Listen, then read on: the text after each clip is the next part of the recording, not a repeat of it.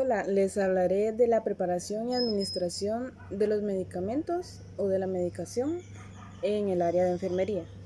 Estas son medidas que se tienen para la seguridad y el bienestar de cada paciente en respecto a la medicación. Aquí se toman en cuenta varios aspectos como aplicar la asepsia, las medidas de asepsia, para más que todo mantener desinfectado todo y descontaminado. Lo segundo es revisar que el aspecto físico del producto o fármaco esté bien, así como su caducidad. Otra cosa que se tiene que tomar en cuenta en esto es la individualidad que se tiene para la preparación de la dosis y que se tiene en cada paciente. No puede ser lo mismo para todos porque cada paciente es diferente. Por esta misma razón se tiene que hacer la preparación de una dosis en el mismo turno y en el mismo instante que se vaya a administrar la dosis. Otra cosa que se tiene que tener en cuenta es que se tiene que asegurar que el fármaco lo prepare la misma persona que lo va a administrar, es decir, la enfermera o quien esté a cargo de hacer esto tiene que el mismo, si yo por ejemplo soy el encargado, tengo que prepararlo y administrarlo, no se lo puedo delegar a alguien más. Otra de las medidas en este proceso de preparación y administración es asegurarse de que no estemos con constantes interrupciones en el proceso, así podemos reducir los errores que se puedan cometer.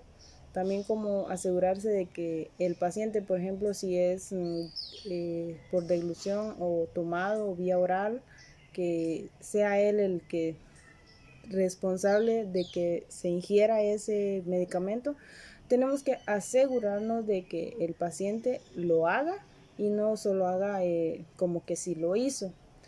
Otro aspecto es revisar las notas de cada paciente al momento de la preparación y administración de los medicamentos. Los 10 correctos son recomendaciones que se han impuesto o enseñado en la enfermería para tener un mejor control de la administración de medicamentos. El primero es el medicamento correcto. Esto quiere decir que tenemos que comprobar que el medicamento que estamos preparando o el que estamos agarrando es el medicamento correcto que se ha prescrito por un médico. Dentro de esto se tiene que verificar que la etiqueta del medicamento esté en buen estado, que esté bien, que sea el medicamento correcto, que la fecha de caducidad esté correcta. Se tiene que verificar que no hayan alergias de este medicamento y también se recomienda, como todo, que si se tiene duda o si no se sabe, se debe de preguntar. El número 2 es la reconstitución y dilución correcta. Para las preparaciones parenterales, cada enfermero debe conocer los procesos que se tienen que llevar y los cálculos que se tienen que hacer para hacer las diluciones que estas preparaciones conllevan. Cuando una preparación de un medicamento requiere cálculos, se recomienda hacer 2 veces esos cálculos para tener una mayor seguridad de que las cantidades que vamos a administrar sean los correctos.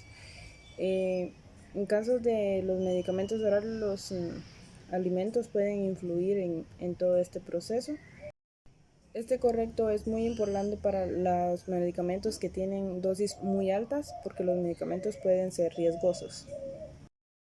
Tercero, la dosis correcta. Se debe de verificar que la dosis que estamos preparando y que estamos administrando sea la correcta que se ha prescrito anteriormente por el médico. Además, cada enfermera tiene que tener los conocimientos necesarios para avalar esa dosis y saber que no es dañina para el paciente. Cuarta, vía de administración correcta. De esta depende que el fármaco sea absorbido adecuadamente, ya que varía entre vía y vía.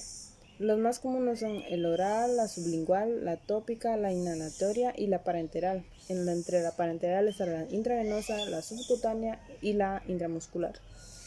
Las enfermeras deben asegurarse de que el paciente esté en unas buenas condiciones de recibir la vía que está prescrita. El quinto es la hora de administración correcta. Esto se hace porque se tienen que respetar los horarios, ya que se debe de mantener una frecuencia de administración del fármaco. ¿Por qué? Porque el fármaco tiene una vida media donde actúa dentro de la sangre. Si no se respetan estos horarios, por ejemplo, si se omite una, puede llevar a que el fármaco no actúe, y en caso contrario, si se hace de más, puede llevar a una intoxicación. Paciente correcto. Esto es fundamental, ya que no se debe administrar un fármaco a cualquier persona, sino que al que realmente lo necesite y está prescrito. Se debe identificar sin equivocaciones a un paciente. Por eso se tienen los brazaletes, se tienen que identificar con nombre, con fecha de nacimiento y con historia clínica. El número 7 es de informar al paciente. Esto se hace con varios objetivos. El primero es básicamente informar al paciente de qué es el fármaco, cómo usar el fármaco, para qué se lo estamos dando, por qué se lo estamos dando, cuáles serían sus reacciones secundarias o adversas que puede llegar a tener. También, además de informar, está el de educar al paciente de por qué se está administrando eso. Y por último está el consentimiento del paciente, que es muy importante en este sentido. En caso de que el paciente sea el que se autoadministre los medicamentos, está el de enseñarle y educarle de cómo y por qué debe hacer ese procedimiento. 8. Velocidad de perfusión. Para eso se necesita hacer cálculos para determinar las dosis correctas que se deben de administrar a un paciente. No vale decir ya lo he administrado varias veces, ya le sé a ojo, a cálculo mental o solo de vista. Siempre se tienen que hacer los cálculos adecuados para dar la dosis correcta al paciente. Siempre se recomienda hacer el doble chequeo o verificar el procedimiento de los cálculos 2 veces. 9 es el registro de la administración. Toda enfermera debe de anotar cada procedimiento que le hace a un paciente, y no es la excepción en la administración de medicamentos.